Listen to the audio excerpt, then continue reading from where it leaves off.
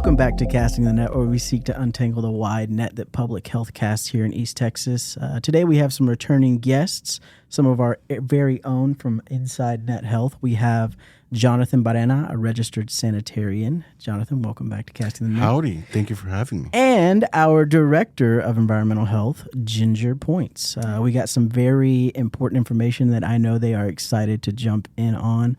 We got some big changes coming to mobile food units here in East Texas and across Texas in general. So we have them coming in today because a lot of people eat at food trucks. I eat at food trucks, and I want to continue to eat at food trucks. And in order to do that, we got to make sure that everybody's permitted and authorized to be out there giving healthy food to the public, because public health is important and we don't want nobody getting sick.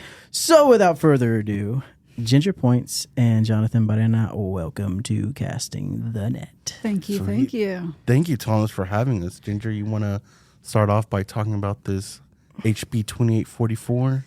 House Bill 2844. So this is a legislative talk type stuff, right? That's right. The Texas legislature in the 2025 session, it was a late bill brought to the table. We thought it was going to be smooth sailing with no major changes for our department to wrangle this time, but it came through fast and furious, known as the Food Truck Freedom Bill. Okay. Yeah. So the whole purpose and intent there is to make it easier for the food truck industry to conduct business across this great state of Texas. And part of that, one of the biggest hurdles there is the home rule nature of the state of Texas makes it difficult, because for each and every jurisdiction that you drive into, there's a whole nother set of permits and applications and inspections and everything that you have to pass before you can conduct business in that area. So that was one of the big issues that the mobile industry had. Yeah, and I think the first time that years ago when I was asking Jonathan about it, the way that basically in layman's terms is, if you have a food truck here in Tyler and you want to visit Austin, say there's a music festival happening in Austin, you're like, I want to take my business down to Austin because there's going to be a lot of people there. There's a whole nother set of stuff that individual has to do in Austin. They can't just pull up on the scene and say, I have a permit in Tyler, I can sell food in Tyler legally, but I want to go to Austin. So there's a completely different jurisdiction that they have to register for, basically. Right. It was. And so that was one of the bigger challenges. And so that is one of the efforts that this bill made, to try to standardize the way that food permits happen. And they made it happen. So that is kind of the crux of what we want to talk about today. It's been wild. It's been a wild time for the state that has been tasked with trying to get this program built, organized, created, hiring staff, creating the SOPs, getting everything out there, and then conveying the information. We're finally down to the wire here. But we still got a long way to go. There's a lot to building a program. This is still the initial conversations that we're still having. Yes, the rule already came in effect. Well, it got passed last summer, which will be in effect July 1st of this year, which is coming up here in about a couple weeks. But what I meant by initial conversations, I mean, yes, right now the rule has been passed, but next year is another legislative cycle. So, different organizations such as THA, different operators, different local health departments are still working with the state to try to modify the rules a little bit. That way there's going to be a compromise with everybody going on. Like a little grace period? Because you can't just expect everybody who's not permitted through, say, DSHS, because they'll be going to DSHS to get these permits.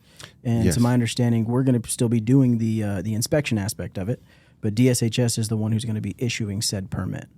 And that being so, what does that mean for vendors now who own a food truck starting July 1st? Do they have to be worried about losing the ability for them to continue to serve food here locally? Or so there's two categories when we talk about getting permitted with the state or DSHS.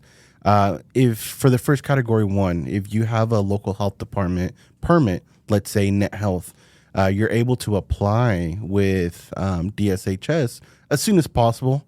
We highly recommend.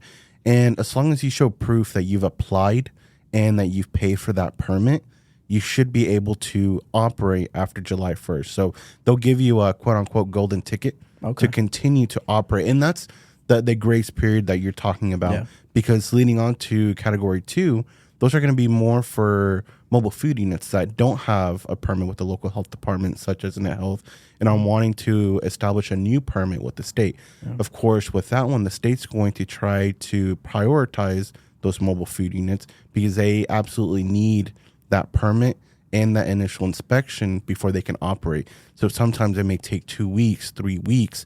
And so that's why they're trying to prioritize those compared to the ones who already have a permit with the local health department and that have applied for the permit. So with those, I don't want to say they're not prioritized, but they should be okay to continue operation as long as they have that proof that they've already applied ahead of time. Right. Gotcha. Because they have been previously permitted. They have been previously inspected. And so that is the state's way to essentially grandfather. You know, a lot of times that is a question that's asked is, well, is some rule or regulation grandfathered? Technically, this is a brand new program, brand new law, brand new everything. And the state legal has adamantly said there is no grandfathering. And so this is the quote, workaround to be able to have a continuity of business because, you know, Texas is a business-friendly state. They want to make it easy to conduct business and perform service for the communities that we serve. And so this is that workaround. You know, so if there was a local permit, then you apply and pay and get transitioned over, and then the inspection, the pre-licensing inspection, will happen sometime, you know, as time permits. And so why the delay? And the reality is that there are at least, if not more, 15,000 mobile food vehicles that have to get licensed with the state in under a month. Oh, yeah. Imagine that many mobile food units. I mean, thousands of mobile food units applying at the same time. It's going to be a little bit tough to permit all of them, especially given that the state doesn't have that many inspectors. Of course, they are working with local health departments with the collaborative agreement, which Net Health, we will be going through a collaborative agreement. So that's to bring up your other point. Net Health will still take a part in inspecting mobile food units. We have to decide what's going to be on our contract. I see. Which Ginger can talk further more about that contract. She is the we director. can talk about the contract agreements. And, you know, so that's what happened in HB 2844 and the creation of this bill. You know, the state was tasked with, you know, creating pretty much a financial audit and to determine what kind of burden it's going to put on the state and what it would take to run this program. And so the Texas Department of State Health Services sent out surveys to local health departments to find out how many permits they had, what were the fees, you know, and all of that. And so they tallied the results and came up with the proposal. And, you know, so they spec'd this fiscal note on this bill to cost or, you know, require at least 33 employees top to bottom, you know, from administration to inspections to everything that's required for the state to create and run this program with 33 people across 200 plus counties across the state of Texas. So it's still not a lot of manpower to manage this program and keep costs down. And so they did write the bill in a way, they recognized that, and they wrote the bill in a way for the state to work with local health departments to have contract agreements to perform inspections on their behalf. So it was more or less they understood that they didn't have the manpower to get this done on their own. So they were like, we might as well take advantage of the work that these health departments already did initially. So it's like Net Health was the boots on the ground. We're going to continue to keep those boots on the ground in an aspect to do the inspection aspect of all of this. And so that was the question from local health department's perspective is, what does this contract agreement look like? Is it worth our time, effort, energy? Is it going to cost, our local taxpayers' money and expense for us to facilitate and afford this program, or is the state going to fund the means necessary for us to do this work? And so there was a big question across the area about, what jurisdictions are going to participate in these contract agreements and do inspections. And so we finally have that answer. And so there's many, many local health departments that just said no, because it's not unusual. A lot of health departments are operating with short staffing. So that's not unheard of. And so this is a blessing in that regard, is to be able to turn your time and attention to something else.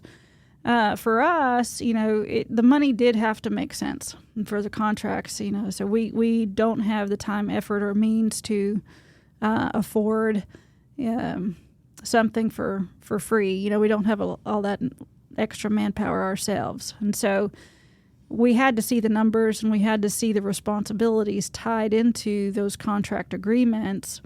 And so what it looks like, it's still limited. The state of Texas only has a certain amount of money to play with this first year, because they did have to create everything from scratch, and the state budget only allowed so much. And so the contract agreements are sparse. They are kind of reserved to the bigger cities and bigger metro areas for this first year. And so that will occur. Northeast Texas Public Health District was awarded one of those contracts. And the money is essentially the cost of inspections. And so what it seems like to us, we have about 140? About 130-ish mobile food units.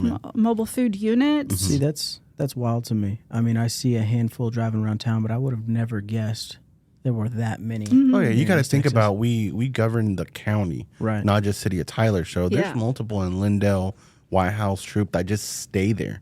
Yeah. Of course, city of Tyler, one of the bigger cities inside Smith County. So you might see, a few more here in Tyler, but we have about 130. And some of them, of course, some owners have 2, 3, 4, 5 mobile food units. So they're not all running them at the same time. Sure. But yeah, no, we have quite a bit. We have a lot, yeah. Yeah. Started with, I guess you could say we've had mobile food units here for quite a long time, and really started kicking off in about 2016.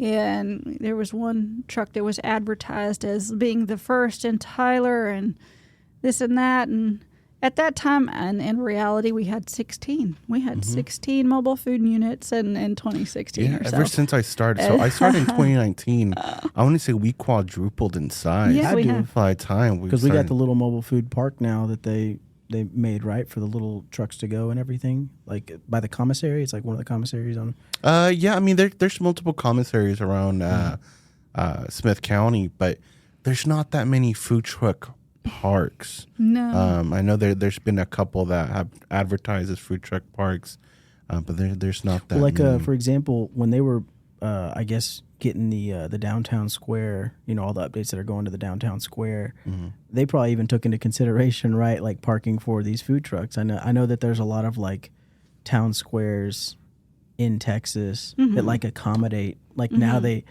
build that into their infrastructure to accommodate these trucks. It's like we got a specific spot for our food trucks.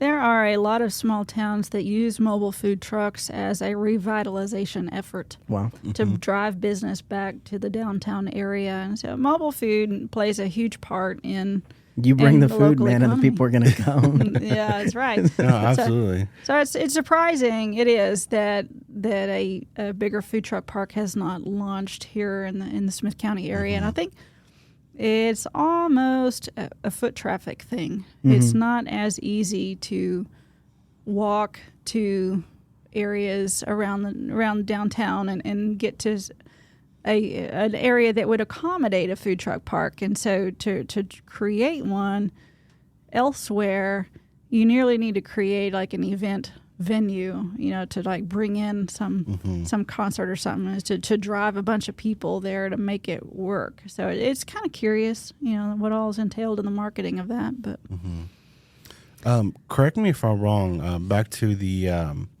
collaborative agreements. Not one contract is the same. You have contracts from City of Austin, City of Houston, DFW area, and then you have, of course, Net Health. So with the contract, they're all written a little bit different depending on inspections and the amount of mobile food units that come through that specific city. So yeah, going back to that, I think that kind of drives back to the state conducting that survey. Is to try, they were gauging how many mobile food vehicles were in the area. And I think what the contracts are composed of, I think the requirement, responsibility, enforcement potential, and all of that is the same. Again, the state's trying to standardize the way that this industry is inspected and handled across all these multiple jurisdictions. But in terms of money, yes, it's astronomically different. And so, I think the way that they approached it with us is we have about 130 or 140 or so mobile food units right now, and they gave us about 170 inspections worth of money this first year.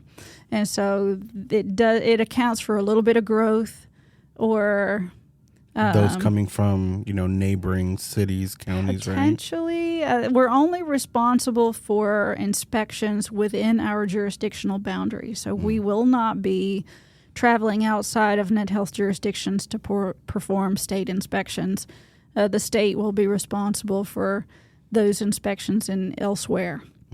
So for us, it's whoever either comes to us or is based here in Smith County. And so I think from how that sounds like it's being interpreted is we're going to maintain the food vehicles that we had previously. So they will still be our responsibility for managing inspections, but all of the application, the permits, the enforcement, all of that will be driven through and the responsibility of the state.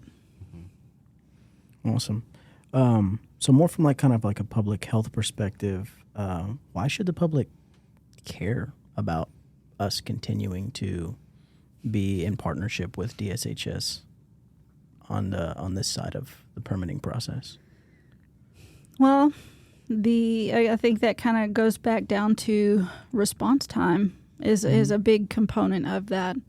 Going back to the state has a lot of territory to cover. The state's broken up into about 7 or 8 regions, and our area up here, the Northeast Texas area, is Region 4-5 North for the state, which it covers about 26 counties, I believe. So that's a lot of ground to cover with 6 state inspectors. Yeah. So taxing those guys with routine inspections and all of that is not the greatest, So they're taxed. That's the point. And so being able to have local inspection is a blessing to the community because, we can get in there and we can perform inspections and gauge food safety and obtain corrections to unsafe food behaviors that lead to foodborne illness. And so that's, foodborne illness happens a lot. The statistics are still pretty true that about 1 in 6 people get sick with a foodborne illness annually. And so that's a lot. And, I believe, those statistics, they're very old. I think those statistics are about renewed every 10 years. And so we are due for renewed data from the CDC. But I could expect those numbers to get worse, only because the population is ever increasing. And so the demand on our food supplies and all of that is gonna go up, and so access to food and all, the ability to get your hands on food is becoming more and more important.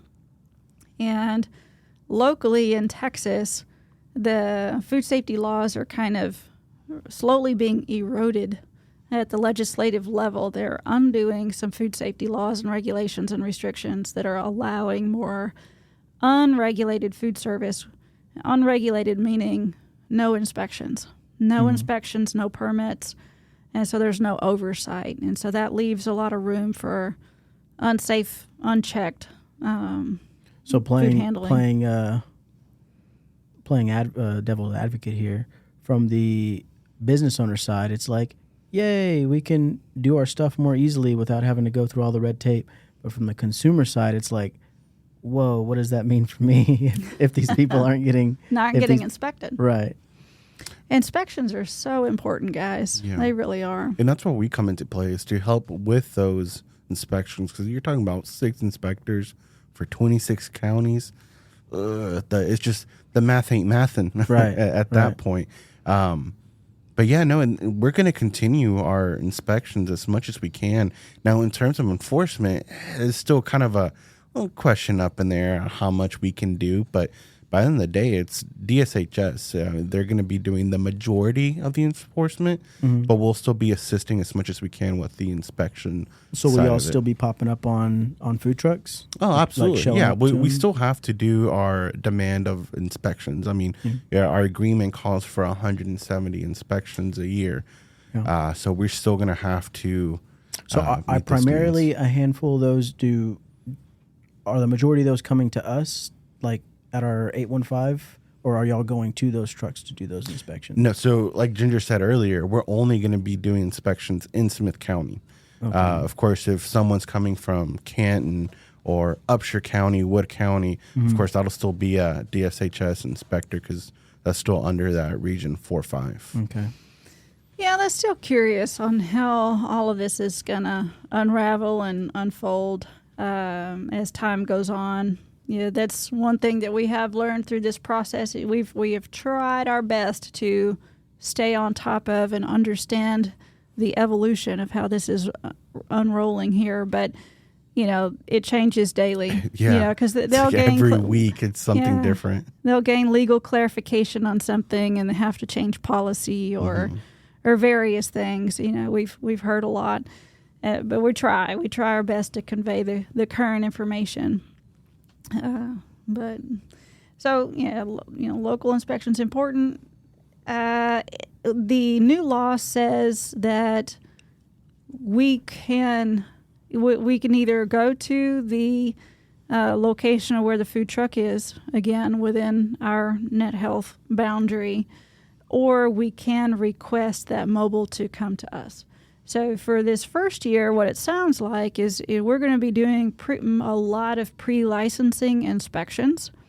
There will likely be very few routine inspections. There's a little bit of money that's out there, so just a little bit of a buffer for us to do a few inspections, but not many. And then the rest of the money will pretty much have to be generated throughout the course of this year, and then at renewal time and in the consecutive years to follow, hopefully the funding will be sustainable with the state's mobile food program and allow for more routine inspections, and so those will be important in the future. Okay. I think this first year it's going to be a lot of trial and error. Sounds like going on. So by the next legislative cycle, I think we should see a little bit more. It'll be ironed out a little bit. Ironed out a little more. Right now, it's just kind of like everybody's running around and trying to. How are we going to implement this? Just get it established. Yeah. The implementation. Because there's so much that goes behind the scenes. A lot of background. Got to think about plan reviews as well. DSHS. I don't know if they'll be conducting plan reviews, and for those listening, a plan review is when the application is submitted in, someone has to review that application, hence plan review. And then got to go through the menu, got to look through all the paperwork to see what all is going on in this mobile. What type of mobile is it? A type 1, 2, 3? Is it a push cart? Is it a truck? Is it a trailer? Is it a smoker trailer? Is it fully enclosed? I mean, there's so much that goes into these plan reviews. And so a lot of it will be ironed out by next year to see what all will be going on. So from the vendor perspective, I like to use real world examples. So a vendor who's listening to this, what do they need to do if you had advice to give them, say they hear this later this afternoon? What is first steps that they need to take regarding all of this that's changing? I would say the very first step is to go online and apply immediately. Of course, the link, it could be found straight from our website that will redirect you straight to the DSHS website, or you just go directly to dshs.texas.org. I'll be sure to put all .gov. My bad, word. Yeah. We'll be sure to put all this in the show notes as well. So it's all on the website. Apply immediately, because especially if you have a net health permit or a permit with any local health department, you should be able to start operating as of July 1st, as long as you have those documents of proof. But part of it, of course, in the application process, they're going to ask you what type of mobile food unit you are, right? There's 1, 2, and 3. For type 1, I mean, you're looking at prepackaged ice cream, essentially, because it's TCS item, which is time temperature control for safety. It's only cold and prepackaged. Historically, the state has never had a permit for a type 1 like that. Net Health, of course, we've permitted, prepackaged ice cream. So that's 1. Type 2 is for those who have limited packaging, those that are done from commissary or central preparation kitchen, and you hold it cold, right? So those are going to be like your beverage food trucks, like lemonade, also hand scooped ice cream or even coffee. And this also includes push carts, so hot dog push cart. And then you have your type 3 mobile food units or mobile food vehicles. Now they changed the verbiage a little bit, who do cooking, do hot holding, do cold holding, preparation, thawing, all that good stuff, the whole 9 yards. Those are the ones that are going to be a type 3. So it gets a little bit more complicated. So those are going to be your taquerias, your burger, mobile food units, your barbecues, and all that stuff. See, that's crazy, man, because I walk up to order some food from a mobile food truck, and I would have never guessed that they had so many subcategories of what it is. Like, this truck has wheels, and it serves food, and that's a food truck. No, absolutely. I mean, there's 3 types of mobile food units, and the layouts are a little bit different because there's trucks, right? Yeah. Complete trucks. I've seen some vans before, push carts. There's small trailers, and then there's like 24-foot trailers as well. Yeah. So, I mean, there's all kinds of mobile food units. Now, in terms of prices, I will say there is a huge price increase with this new bill for the mobile food units. Yeah. For example, type 1 mobile food units, the new one, they're looking at paying $300 for that initial application/permit.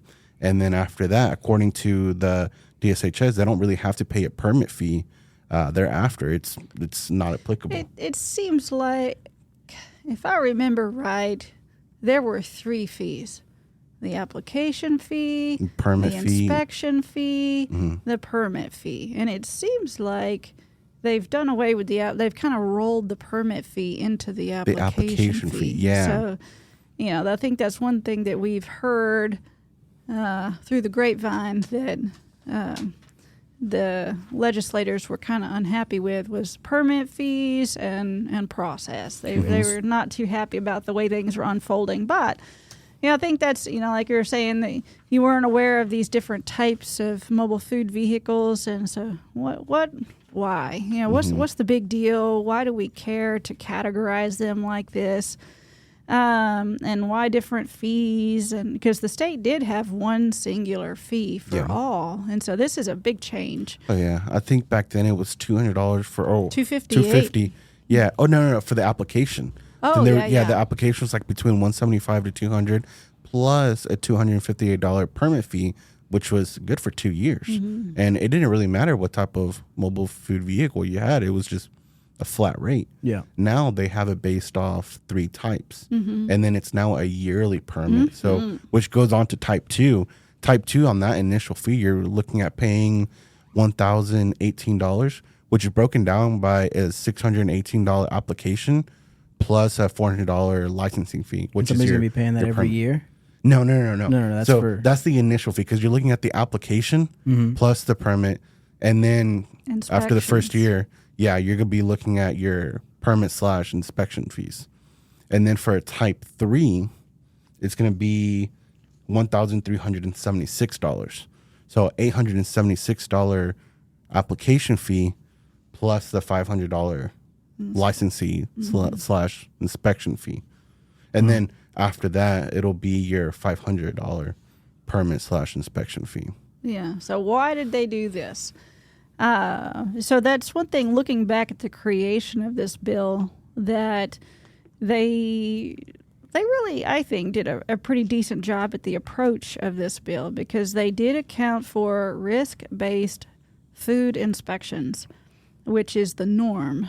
That's the expected approach for a retail food program to look at and assess each food establishment. It's based on the likelihood that the way that the foods are prepared and handled and served, and the likelihood that those foods or those food handling techniques could cause foodborne illness. And so we rank them in terms of risk.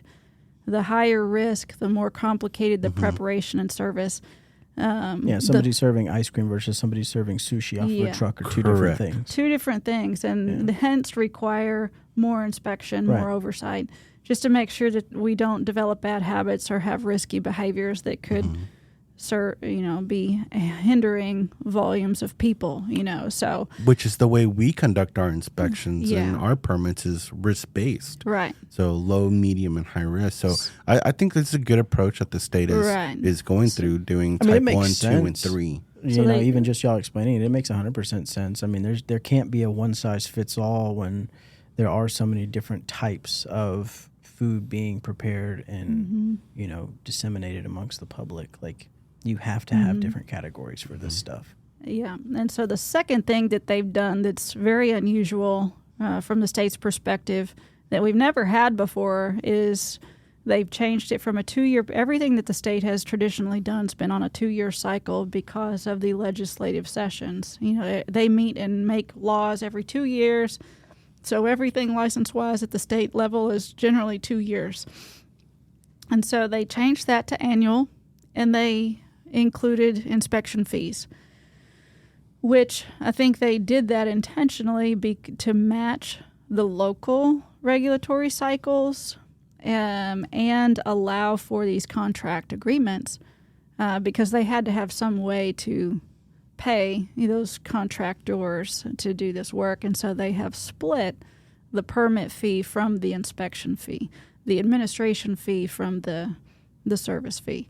Is kind of what they've done here. So it's a really big thought wrinkle that they've pushed upon us. But thinking about how it is actually implemented, it really does make sense.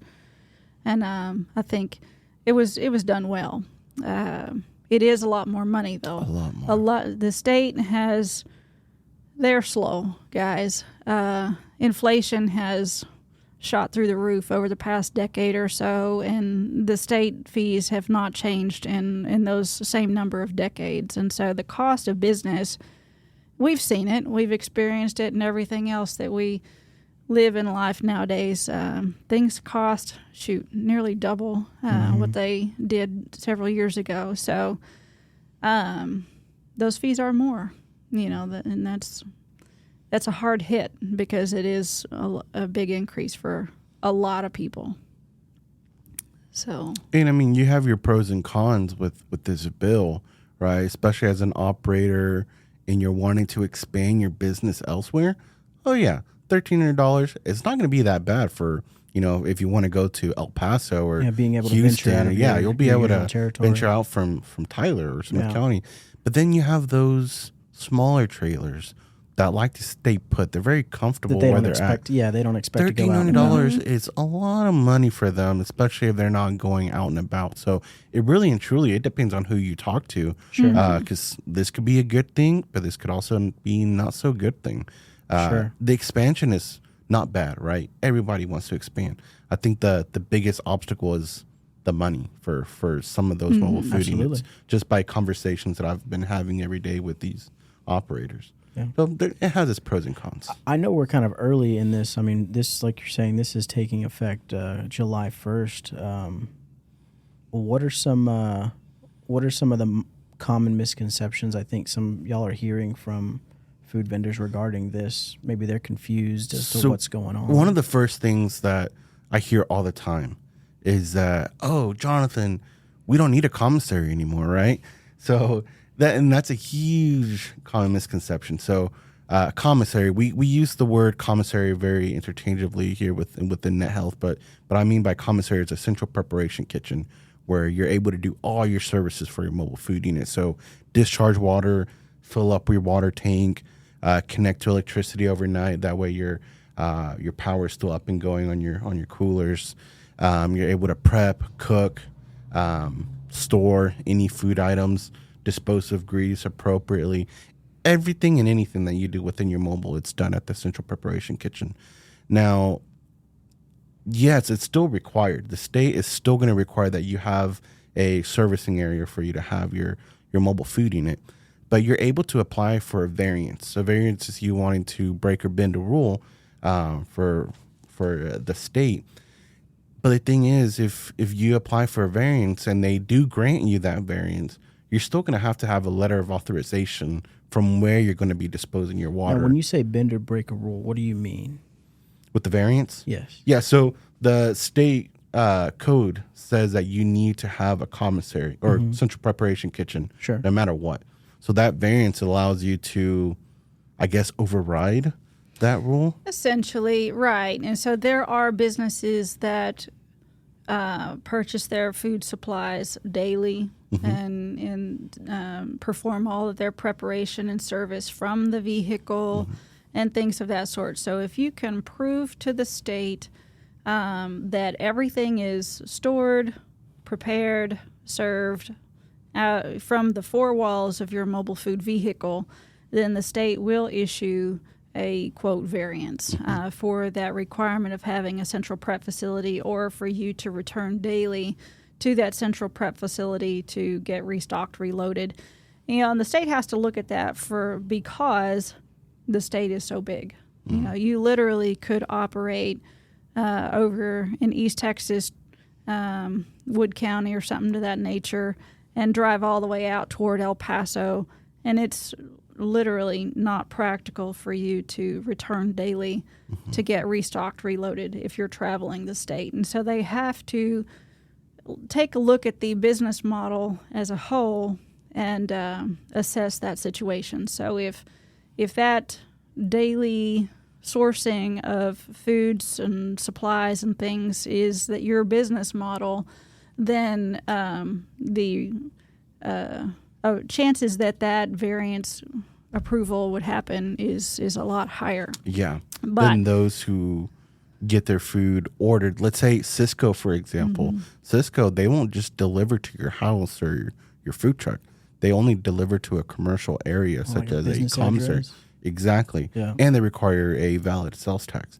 So with that, I mean, yeah, sometimes Cisco can be a little bit cheaper than going to, let's say, Sam's or Walmart every single day. So, I mean, you have your pros and cons, but it's as long as you can prove that you do everything in-house every single day, then yeah, your chances of getting that variance is a little bit higher than others. So why would a vendor think this misconception of like we don't need a commissary anymore? Why would they think that? Because they're moving on to the state.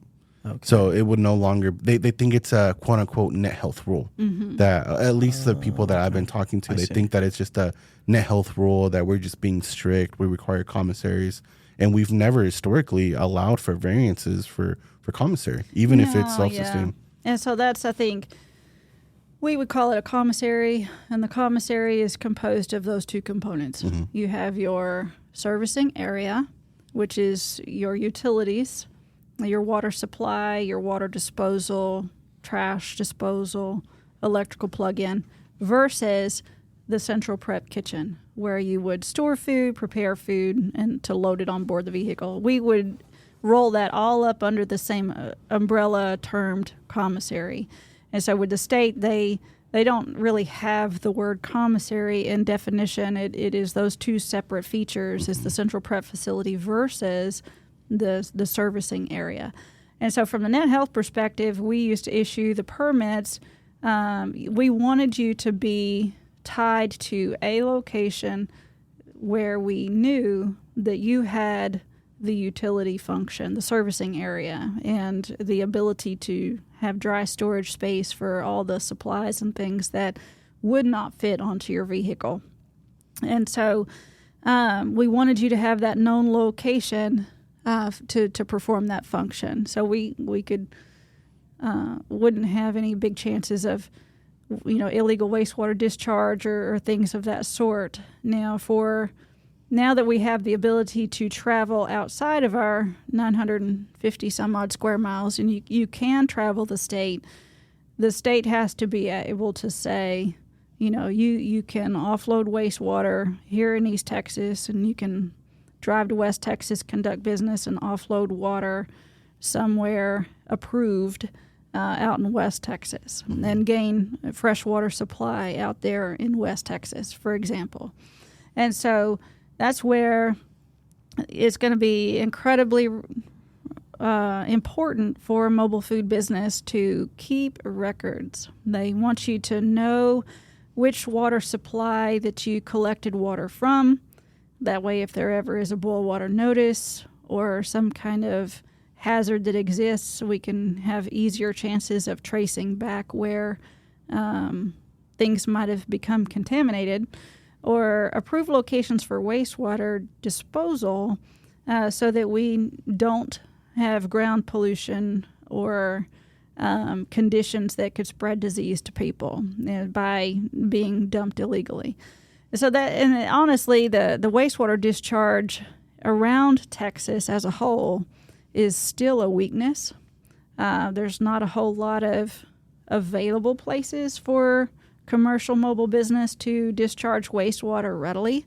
And so as we do roll into this new world of traveling to other areas around the state, it's going to be important for mobile food business to vet those wastewater disposal areas to make sure that they will accept your wastewater, because not all RV dump sites are equipped with grease interception and things of that sort. So that's a bigger conversation now that this is more prominent, that I think the state needs to have to make it easier for mobiles to travel this state. And that's why that letter of authorization is going to be very, very important. It's going to play a key role in that variance when you apply for it. But I guess back to the original question, the misconception, I guess people are correct. You don't need a commissary, but you are required to have a service area and a central preparation kitchen. It's just the state doesn't really use the word commissary. I know in Net Health we use that a lot because it's combined. Yeah. But yeah, that is a big common misconception. So I think, going back to creating your business and opening a mobile food business, and what does it take? And I think the point of the moral of the story here is that food should follow the chain of inspection from farm to fork. And so from the time that it's harvested, it goes to packing plants that is inspected. It goes to manufacturing facilities that are inspected. It goes to the grocery stores and retail outlets that are inspected. And so as it goes from your approved source of food supply, it needs to stay in that chain of inspection. And so that's where they say, if everything stays on your mobile food unit and that is an inspected vehicle, everything's fine and good. But if you don't have a inspected commissary or central prep facility, where are those supplies and where is everything stored?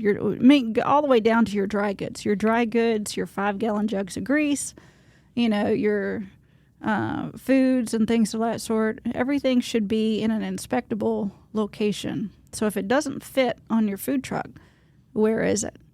And so that area should be inspected. Which is sometimes hard to believe that some of these mobiles utilize their mobile for everything. I mean, you're talking about a small mobile food unit. Let's say you go to Sam's, you purchase napkins, right? You're not just going to get a small thing of napkins. You're going to get a huge case of napkins that may have so many napkins inside of that. So where are you going to store those napkins, right? So even if it's not a food item, you still need a place that's not your residential home to store all those items. Yeah. And space, real estate on a food truck is very limited. Mm-hmm. You don't have a ton of storage. You've got limited prep table space and cooler space and all. And so the more cramped and jammed things are up together, the more likely that you will have issues somewhere, with cleaning, Correct. sanitation, pest control, or just contamination, from dirty to clean, things like that. So, you need adequate space. You need to be able to touch all the areas to adequately clean and sanitize. And so having an inspected location for the storage of your goods is probably in the long run a good thing. Mm-hmm. If you are halfway local, right? And so the only advice we would have for people that are literally traveling the state would just be you purchase in smaller quantities on that. Correct. Moving across the state, I know another common misconception is paying permits everywhere you go, right? Mm-hmm. So part of the new law or a new bill states that you no longer need a health department permit. That doesn't include city fees, right? So the part of the code still says that you need to meet zoning requirements for cities and also fire requirements for cities. So historically, City of Tyler, Lindale, Troop, White House, they all charge a zoning fee or a zoning license to operate within city limits. That's not going to go away. So if you still plan on selling within those city limits, you still have to pay that licensing fee. There's still another layer of There's things still that another have to be layer done. everywhere you go. But it's not a health department fee. And that's what people got to understand, because the thing is, let's say you travel to Smith County. Yes, you no longer have to get a permit for a mobile food unit within the health, but you still got to pay that license fee from City of Tyler, Lindale, White House, Troop, places like Flint. Of course, they don't have anything like that, or ARP, but Troop, Lindale, White House, Tyler, they all do. Yeah. I got you. And so that's the way we always explain business is you have to have 4 approvals to be able to conduct business as a mobile food unit everywhere that you go. It starts with property owner permission. It'd be city, municipality, or local government permission, fire inspection, and food inspection. And so the only layer here that is really getting easier at this point in time is the food inspection. The health department. So That's the only one that's getting a little bit easier. All the other red tape's still there. All the other red tapes are still there. Yeah. For example, if you travel to White House, of course, historically, Net Health, we've always required that you have a fire marshal inspection, and we've partnered with City of Tyler. But if you go to White House, you still have to get another inspection with the City of White House Fire Marshal. So it's just another layer that you have to go through. And that's just part of their city requirements. And there's really no way around that. No. Yeah, and so because that is another thing that we did realize is that fire marshals around are operating off of different fire codes. And so some are on older codes and some are on newer codes. And it was only the newer NFPA laws that really started speaking to operations on a mobile food unit. And so for area fire marshals that are operating off of the newer NFPA laws, any of the mobile food business that has received inspections in those areas should be fairly well set, but I think a lot of the mobile food business that was permitted elsewhere could be in for a big sticker shock because the ANSEL suppression system, fire suppression system, is a pretty good price tag. Oh, I bet. Yeah. It's an important one. And for those that don't know what that is, that's the little sprinkler that comes out of your vent hood. So a lot of times when you get those food trucks manufactured, a lot of times they don't come installed with vent hoods. Sometimes you have to get the vent hood installed separately and then that suppression system installed thereafter. And yeah, like Ginger said, they're a pretty hefty fee just to get those installed. But you got to think about the safety of it, right? A lot of those suppression systems are rated for X amount of degrees Fahrenheit. And if it ever surpasses that limit, there's a little clip that just breaks and will release all this liquid powder. And if you've ever seen that happen, it's so hard to clean up. I mean, there's mobile food units that have ruined their flooring just because they can't get that chemical off. So it's very important that you have one already installed correctly, or else you're looking at a mobile food unit blowing up. I prefer changing my flooring than to completely demolish my mobile food unit. And it has happened where they just burn. I mean, grease fires are a real thing. So it's very important that you have that suppression system. Yeah, we've had several vehicles catch fire in Smith County over the past couple decades, and that's probably the highest risk, I would say, that happens readily. So fire suppression is a real deal and a real need for a mobile to consider. So if you have a chance to shop around for fire marshal inspection, and I would definitely recommend to those needing inspection to find somebody that is operating off of the newer codes so that you can figure out what those rules and requirements would be. Because that opens your doors to be able to go to these bigger cities and things and higher populated areas to conduct free business. Man. There's so much that goes into this. I think that's another reason that we definitely wanted to have y'all on. I know that y'all have done some media outreach and y'all have gotten on the news to talk about this. I mean, a lot of people are wanting to hear about this and know what they can expect and what changes are made, what things are staying the same. But man, there's a lot that goes into having a food truck. Yeah, there's a lot of changes coming up, and like we were saying earlier, there's still a lot of stuff that needs to be ironed out. Mm-hmm. This is only the beginning of this new bill. I mean, you got to look at it. It's been already almost a year since it was introduced and passed. Now we're just waiting for it to be in effect, which it's coming up here in about a couple weeks. So we'll see. I mean, this first year is going to be a good trial and error to see how everything goes. Of course, there's going to be a lot of upset people because there's going to be waits to get permitted, but that's just the cost of having thousands of mobile food units, applying within that short month and a half window. So one thing I wish that the legislature would have done was extend the effective date. Mm-hmm. I wish they would have given them a year as opposed to the 6 months to get it rolled out, because it was a lot. It was a lot, and so it's putting a lot of people in a crunch, to get transitioned. DSHS, the state health department, they had no say so in this bill. It's just one of those things that it passed with the state of Texas, and they said, hey, DSHS, this is all you right now to take care of. So whether they had the manpower or not, I mean, those were the cards they were dealt with. So that's why we want to be a part of that collaborative agreement so we can help out. So, I mean, we're not going to be like, oh, no, we're not going to do it because we're going to stick it to them. No, we still want to help because it's a public health safety issue. Right. And hell, that's what we're all about. Yeah. I love that. I know we covered a lot, and I know there's probably tons that we haven't covered. But for a vendor listening today, what is the most important takeaway out of all this that you would want them to know? So I think one of the bigger things is, am I okay? Have I done everything that I need to do to start business or to continue business? So get your application in ASAP. The application portal was opened June the 4th at the state. So log on, muddle through that application. Upload all your attachments. My dear Jesus. Yes, guys.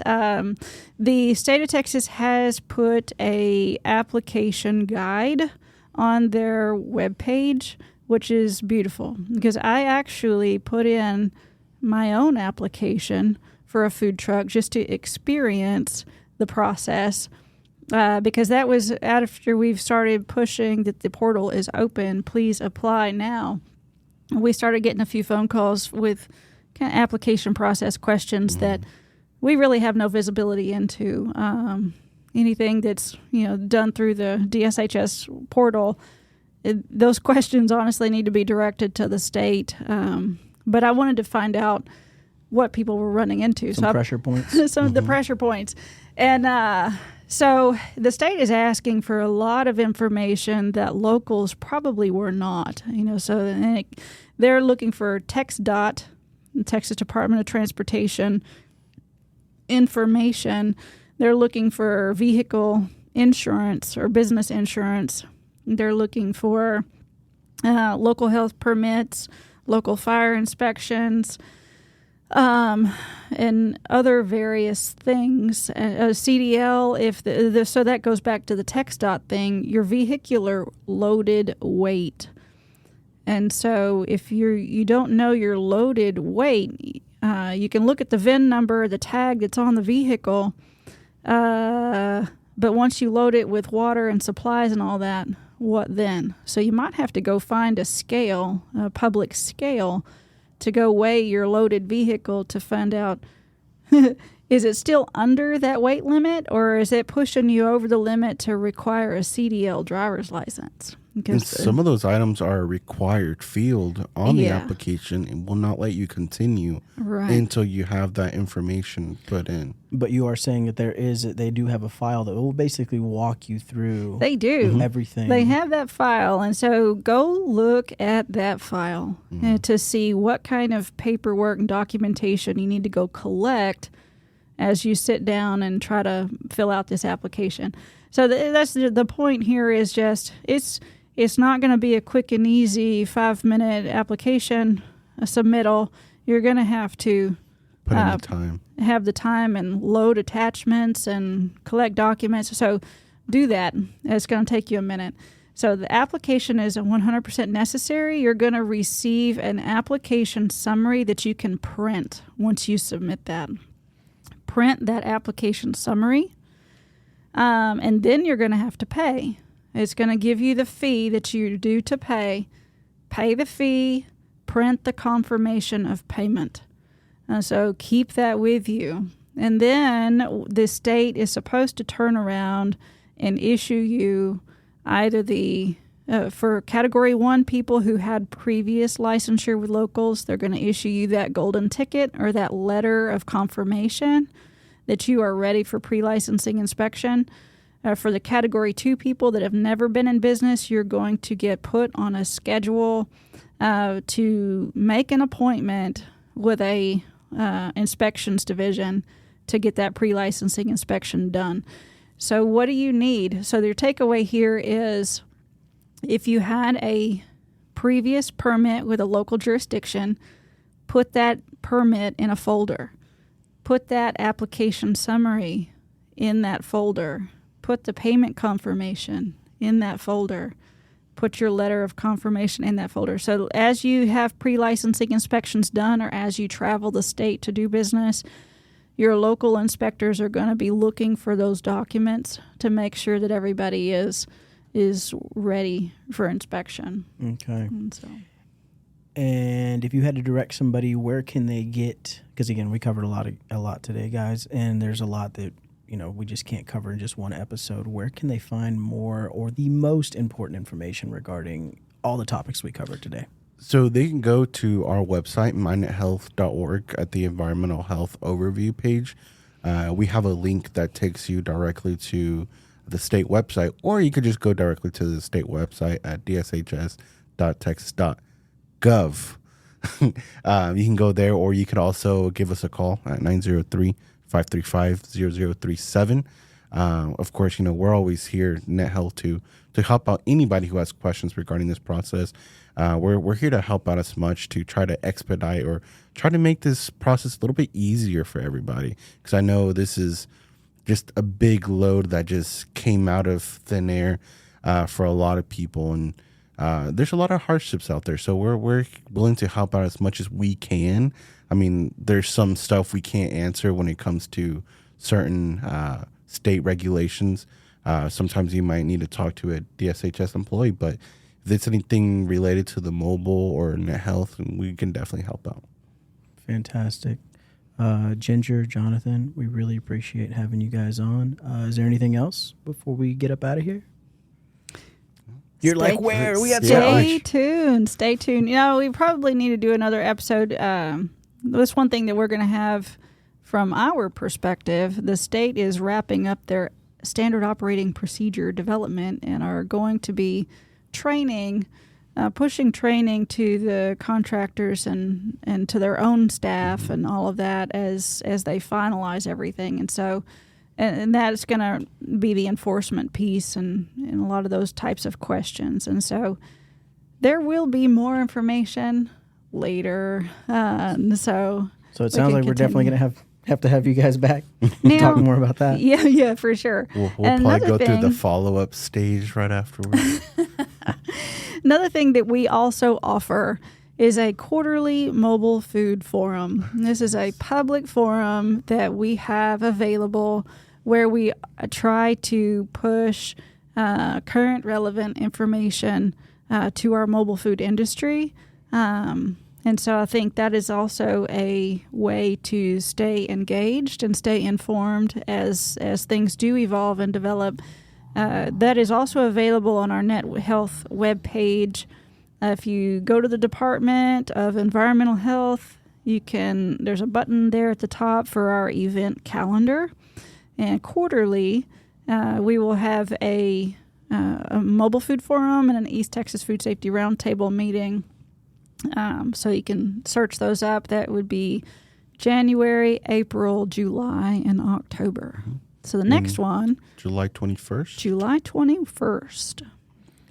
So there you have it, folks. While there are some things that are changing, one thing remains the same: protecting public health and helping ensure safe food services for our communities we serve. Whether you're a food truck operator, event organizer, or simply somebody who enjoys grabbing a meal from a local vendor, staying informed about these changes is indeed important.